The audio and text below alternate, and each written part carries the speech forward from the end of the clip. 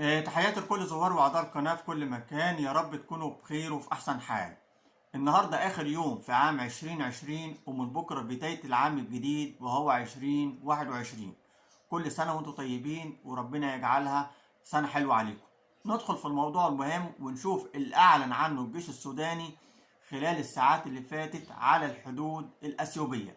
كلنا عارفين إن الوضع متوتر جدا بين السودان وأثيوبيا خلال الفترة اللي فاتت بسبب الهجمات المسلحة اللي تعرضت ليها الأراضي السودانية على يد ميليشيات أثيوبية. والموضوع ده وضحه الجيش السوداني وقال إن الهجمات اللي تعرضت ليها السودان ما كانتش على يد ميليشيات أثيوبية، ولكن على يد قوات نظامية من الجيش الأثيوبي. وده يمكن موضوع علقنا عنه وقلنا إزاي السودان اللي وقفت جنب أثيوبيا في أزمتها وما زالت واقفة لغاية دلوقتي اثيوبيا بتهاجمها بهذا الشكل. المهم مش هطول عليكم، هندخل في التقرير على طول.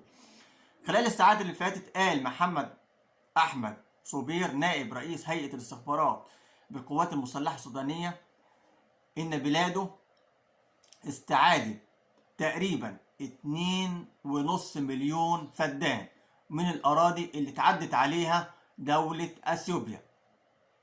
يعني كل الهجمات اللي تعرضت ليها السودان كان الهدف منها هو الاستيلاء على الأراضي السودانية، والكلام ده احنا وضحناه في أكتر من فيديو، حتى مع بداية الأزمة في إقليم ديجراي وهروب عدد كبير من الأثيوبيين للأراضي السودانية وتمركزهم على الحدود بين السودان وأثيوبيا. وقلنا ده ممكن يكون احتلال من نوع تاني، احتلال دبلوماسي زي ما بيقولوا. في 3 مليون فدان من أجود الأراضي الزراعية موجودة في السودان، ولكن يعني تحت يد مين؟ مين المستولى عليها؟ طبعا أثيوبيا. مش أثيوبيا كجيش، ولكن أثيوبيا كمزارعين. كل المزارعين اللي موجودين على الحدود بين اثيوبيا والسودان مزارعين اثيوبيين. تمركزوا في 3 مليون فدان بيزرعوهم، ومحصولهم ما بيروحش للاسف للسودان ولكن بيروح لاثيوبيا. لكن هل ده موقف التوترات بين السودان واثيوبيا؟ لا، هي مش عايزه الاستحواذ او ان حاطه ايدها على الارض الزراعيه، لا، ده هي عايزه تنقل الاراضي الزراعيه للحدود السودانيه، حاسف للحدود الاثيوبيه، يعني تبقى ملكها، رغم ان ده شيء بيحاربه الجيش السوداني من فتره طويله جدا. والمزارعين اللي موجودين، اقصد طبعا المزارعين الاثيوبيين، مين اللي بيساندهم؟ مين اللي واقف جنبهم؟ مين اللي بيدعمهم؟ الميليشيات الأثيوبية. دلوقتي المتحدث من الاستخبارات السودانية بيقول لك إن احنا استعدنا 2.5 مليون فدان. بس النقطة اللي أنا مش فاهمها، هل استعادوها المزارعين الأثيوبيين مصيرهم إيه؟ هل موجودين على الأرض السودانية ولا تم ترحيلهم لأثيوبيا؟ ده نقطة هو ما وضحهاش في البيان بتاعه، لأن كلمة استعادة كلمة إنك أنت تنظف الأرض من كل اللي عليها. يعني الأراضي السودانية تبقى للشعب السوداني، حتى المزارعين اللي موجودين عليها من المفروض إن يبقوا مزارعين من السودان مش من أثيوبيا. ولو في مزارعين من أثيوبيا مسالمين يفضلوا زي ما هم، لكن ما يكونش في تعدي على الأراضي السودانية. المهم قال في بيانه محمد أحمد صوبير بحسب صحيفة اليوم السودانية: السودان ليس لها عداء مع اثيوبيا. والنقطة دي هنعلق عليها، هقرا لكم الفقرة بس اللي في التقرير وهعلق عليها لأن دي نقطة مهمة جدا، وده يوضح الاعتداء الغاشم من اثيوبيا على السودان. قال في بيانه أن السودان ليس لها عداء مع اثيوبيا، وأن تحركات القوات المسلحة السودانية داخل الأراضي السودانية في نطاق مسؤوليتها، وهو حفاظ أمن وأراضي السودان، وده حقها. أي دولة من حقها أن تحافظ على أراضيها ونظامها. وصرح وزير الثقافة والإعلام السوداني فيصل محمد صالح في وقت سابق بأن الجيش السوداني استعاد السيطرة على أغلب الأراضي بالمنطقة الحدودية مع أثيوبيا بعد الاشتباكات الأخيرة اللي شهدتها الحدود السودانية الأثيوبية. النقطة اللي أنا هعلق عليها في الفقرة اللي هو بيتكلم فيها، بيقول إن السودان ليس له عداء مع أثيوبيا. ده بالفعل مفيش حد ينكر كده ولا حد يقدر يقول غير كده. السودان أثيوبيا في وقت أزمتها والصراع الداخلي والحرب الأهلية اللي كان شاغل الساحة العالمية خلال الفترة اللي فاتت، هاتولي دولة وقفت جنب أثيوبيا غير السودان؟ مفيش.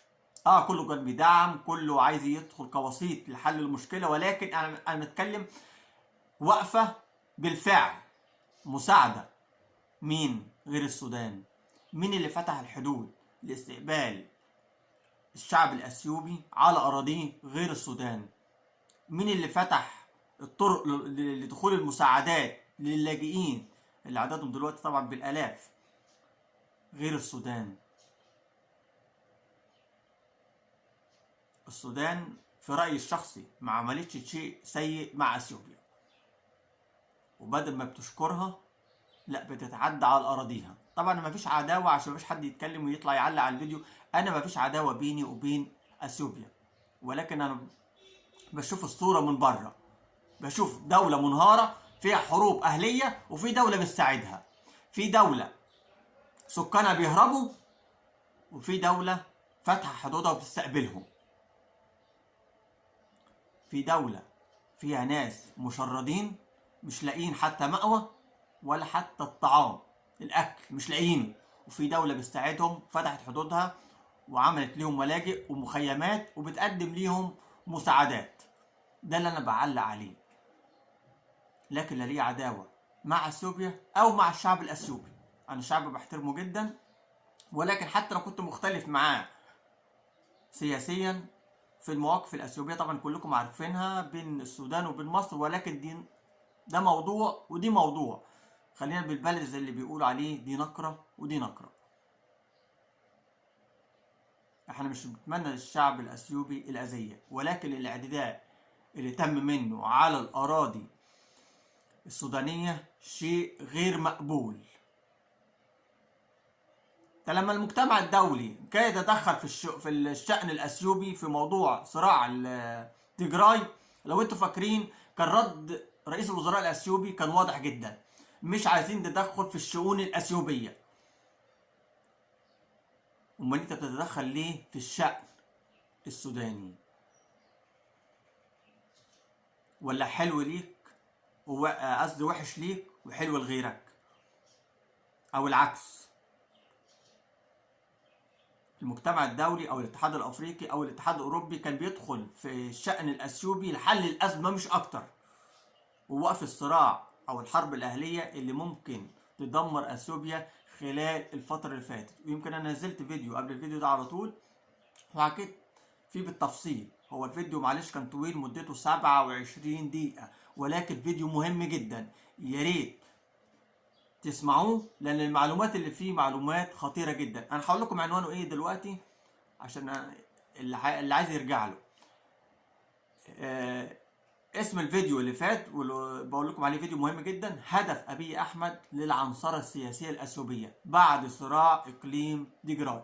هو قبل الفيديو ده على طول، فيديو مهم جدا، وده بيوضح التركيبة اللي بيتميز بيها رئيس الوزراء الأثيوبي أبي أحمد.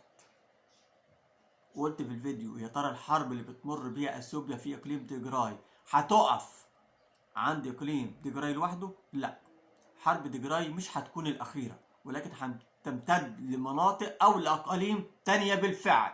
والكلام ده احنا شفناه على أرض الواقع خلال الفترة اللي فاتت. مش كان فيه هجمات مسلحة على بعض الأقاليم زي إقليم أمهارة وإقليم بني شنكول، تمام؟ واللي راح ضحيته 100 شخص، 100 قتيل، ده غير الإصابات اللي تمت بين الناس المدنية. يا ترى مين اللي نفذها؟ انا مش هقول مين اللي نفذها لان ما عنديش معلومه اكيده، ولكن الإقليم اللي بيحصل فيه هجمات مسلحة الهدف منه إيه؟ هو إشعال الوضع داخل أثيوبيا. يعني دلوقتي في أمهرة، بني شنكول، بعد كده ممكن تدخل في أقاليم تانية. والمشكلة إن العمليات المسلحة اللي بتتم في الأقاليم بتتم في أكتر جماعات عرقية.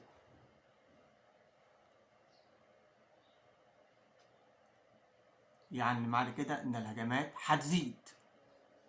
أثيوبيا فيها 80 مجموعة عرقية، أكترهم موجود في دجراي، أمهرة، بني شنكول، ودي الأقاليم اللي بتتعرض لهجمات مسلحة. يا ترى الجماعة المسلحة في إقليم دجراي ملهمش أعوان في باقي الأقاليم ليهم؟ يا ترى لو اشتد عليهم الخناق من الجيش الأثيوبي هيسلموا؟ لا، ولكن هيقوموا بعمليات انتحارية، عمليات جماعات هجوم مسلح على بعض الأقاليم التانية. الهدف منها هو إشغال الجيش الأثيوبي، وإن الجيش يبقى مشتت في أكتر من مكان. هو دلوقتي مركز على إقليم دجراي لوحده. فالجماعة المسلحة داخل دجراي من مصلحتها إنها تشتت الجيش الأثيوبي. تشتته إزاي؟ تعمل له عملية انتحارية، هجوم مسلح في أكتر من مكان، وبالتالي هيتشغل بيها، ويبقى الضربات اللي بيوجهها لإقليم دجراي ضربات ضعيفة. هو ده الهدف. عشان كده قلت احنا ما عندناش معلومة أكيدة مين اللي قام بالهجمات المسلحة داخل إقليم بني شنكول في الفترة الأخيرة. كان في اتهامات من الطرفين، اتهامات من دجراي للجيش الأثيوبي، وفي نفس الوقت اتهامات من الجيش الأثيوبي للمسلحين داخل إقليم دجراي إن هم اللي قاموا بالعملية. لكن احنا لا عندنا خبر أكيد إن ده نفذ ولا ده نفذ، ولكن في كلتا الحالتين في ضياع أكيد لأثيوبيا من الداخل.